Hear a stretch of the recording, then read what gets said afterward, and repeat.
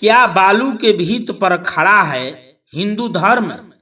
ये डॉक्टर सुरेंद्र कुमार शर्मा अज्ञात जी नाम के लेखक हैं, जो यह किताब 998 पेज का है और यह पूरी तरह से सिद्ध कर रहे हैं कि किस तरह से पिछड़ी जाति अर्थात ओबीसी, ईबीसी धर्मशास्त्र के द्वारा कैसे शूद्र है।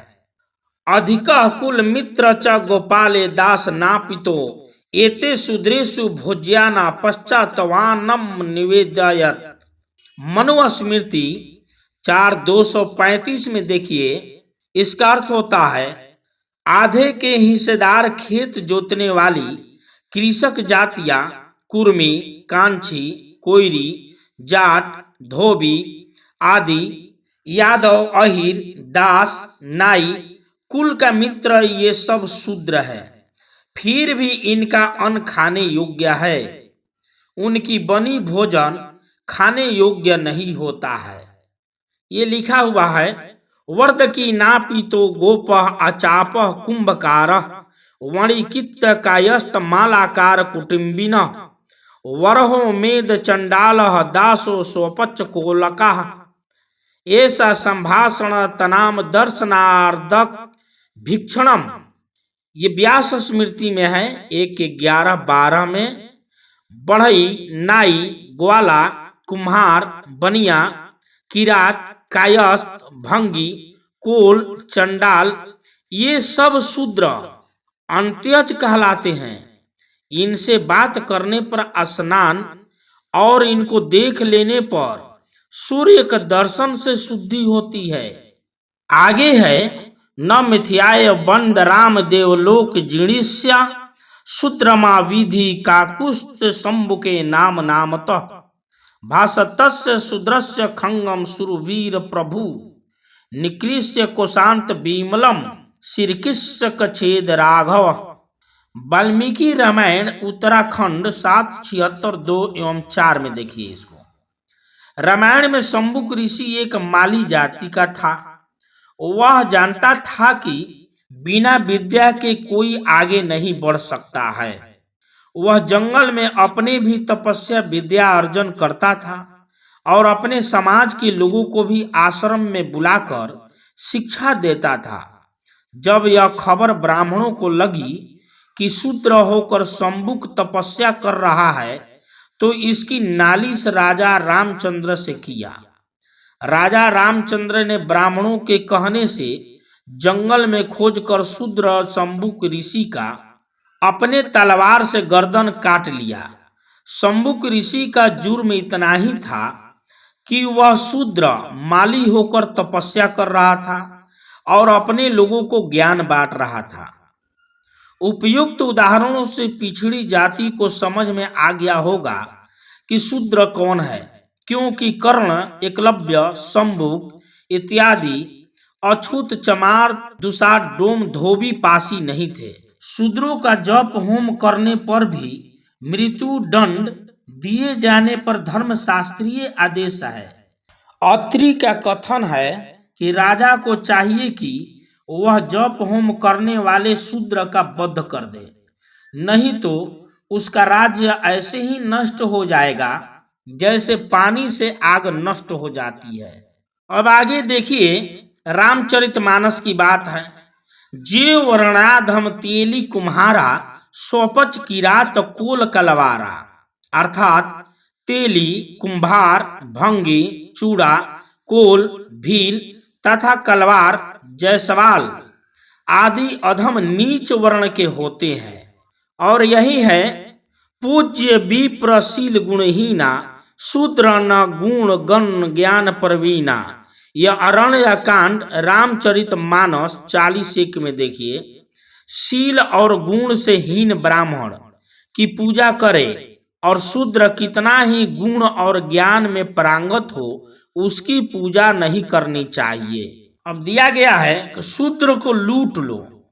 मनुस्मृति में शूद्र के साथ ऐसा व्यवहार करने का आदेश है जैसा एक डाकू अपने किसी शिकार के साथ करता है। शूद्र से जबरन छीना झपटी का आदेश देते हुए कहा गया है, आहेरेत त्रीणि वा दे वा काम शूद्रस्य बेसमन न ही शूद्रस्य यज्ञेषु कच्छिदसि परिग्रह। मनुस्मृति 11:13 में देखिए, अर्थात यदि यज्ञ 2 या 3 कारणों से विशेषकर धनाभाव के कारण पूरा न हो रहा हो तो उसकी पूर्णता के लिए वैश्य के यहाँ से धन न मिलने पर बलात्कार या चोरी से धनवान शूद्र के यहाँ से धन लाए, क्योंकि शूद्र का यज्ञ से कोई संबंध नहीं होता है। देखे मनुस्मृति मणिप्रभा हिंदी टीका पृष्ठ 596 में। ऐसा ही आदेश मनुस्मृति में अन्यत्र भी मिलता है। हिंदू धर्म ने शूद्र को जन्मजात दास घोषित कर रखा है। मनुस्मृति का कथन है कि शूद्र चाहे खरीदा हुआ हो या नहीं, उससे दास की तरह काम करवाएं, क्योंकि विधाता ने उसे ब्राह्मणों की दासता करने के लिए ही रखा है। अब आगे देखिए, मनुस्मृति का आदेश है कि शूद्र केवल शूद्र वर्ण की स्त्री से विवाह कर सकता है, जबकि ब्राह्मण अपने वर्ण के अतिरिक्त क्षत्रिय, वैश्य, शूद्र वर्ण की स्त्री से भी विवाह कर सकता है। क्षत्रिय अपने वर्ण के अतिरिक्त वैश्य और शूद्र वर्ण की स्त्री के साथ तथा वैश्य अपने वर्ण के अतिरिक्त शूद्र वर्ण की स्त्री से शादी कर सकता है। ये देखिए दिया हुआ है 3:13 में। अब देखिए, धर्म ग्रंथों में शूद्रों से पशु का मल मूत्र श्रेष्ठ है। अब देखिए किस तरह से आपके सामने प्रमाण है। इतना ही नहीं, शूद्रों के स्पर्श से अपवित्र हुए इंसानों को पवित्र होने के लिए गाय का मल मूत्र पीने को कहा गया है। यानी शूद्र का स्पर्श पशु का मल मूत्र पीने से भी निष्कृष्ट है। अब आगे देखिए, मनुस्मृति 8:267-68 में दिया गया है, मतलब यह कि शूद्र अपराध करे तो ज्यादा दंड पाए, शूद्र के प्रति कोई अपराध करे तो कम से कम दंड पाए।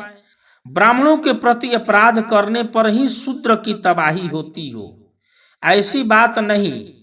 मनु का आदेश है कि द्विजो, ब्राह्मण, क्षत्रिय और वैश्य को दारुण वचन बोलने वाले शूद्र की जीभ काटकर उसे दंडित करना चाहिए। यदि शूद्र द्विज जातियों के नामों तथा जातियों का उच्चारण करके रे जगदत्त तुम नीच ब्राह्मण हो इत्यादि कटु वचन बोले शूद्र, तो उसके मुंह में आग में लाल की हुई 10 आंगुल लंबी लोहे की कील ठूस देनी चाहिए। अब इसको देखिए, मनुस्मृति 8:270-71 में शूद्र कोई बुरा काम करे तब तो वह दंडित होगा ही, पर उसे अच्छा काम करने पर भी दंडित करने का विधान है। धर्मोपदेश करना अच्छा काम माना गया है, लेकिन मनु का कथन है कि जो शूद्र ब्राह्मणों को धर्मोपदेश करे उसके मुख और कानों में गर्म तेल डलवाना चाहिए। अब आगे देखिए, और मनुस्मृति 8:279-280 में आदि शंकराचार्य ने, जिसके सभी आधुनिक शंकराचार्य प्रतिनिधि मात्र है, ब्रह्मसूत्र 1, 3, 34 एवं 38 पर भाष्य करते हुए विभिन्न प्रमाण उपस्थित करके शूद्रों को शमशान कहा है और उनके वेद मंत्र सुनने पढ़ने पर उन्हें दंडित करने की बात की है। पुराणों में भी शूद्र विषयक बहुत से आदेश मिलते हैं। वायु पुराण और ब्रह्मांड पुराण में शूद्रों के 2 मुख्य काम बताए गए हैं, शिल्प और सेवा। अब और आगे देखिए, विष्णु पुराण 2:6-18 में दिया गया है। यही बात विष्णु स्मृति 82:14 और मनु स्मृति 3:178 में भी कही गई है। वायु और ब्रह्मांड दोनों पुराणों की दृष्टि में शूद्र इतना बुरा है कि उसे यदि श्राद्ध में बची ब्राह्मणों की जूठन दे दी जाए तो श्राद्ध का फल नष्ट हो जाता है। अतः जूठन शूद्र को देने का निषेध है। अब आप सोचिए, धर्म शास्त्रों के माध्यम से पिछड़ी जाति शूद्र ये सिद्ध हो गया। ये किताब भी देख लीजिए कि क्या बालू की भीत पर खड़ा है हिंदू धर्म। ये डॉक्टर सुरेंद्र कुमार शर्मा ज्ञात जी का लिखा हुआ है। अब आप अंदाजा लगा सकते हैं हम शूद्र को किस जगह पर मेरा स्थान है, और पूरी तरह से प्रमाण, दस्तावेजिक प्रमाण के साथ में ये दिखा रहे हैं। तो मित्र बंधुओं, इतने दस्तावेजिक प्रमाण से आपको क्या सीख मिली, कमेंट बॉक्स में अपनी प्रतिक्रिया जरूर दीजिए। और ये आपका प्रेम प्यार मोहब्बत साथ रहेगा। वीडियो को लाइक कर दीजिए। अगर पहली बार चैनल पर हैं तो सब्सक्राइब कर ऑल नोटिफिकेशन का बटन दबा दीजिए, ताकि इसी तरह का वीडियो प्रमाणिक दस्तावेज के रूप में आपको मिलता रहे। और वीडियो को शेयर जरूर कीजिए, ताकि सही बातें हर जन जन को मिल सके। यही असली मानव धर्म है। धन्यवाद।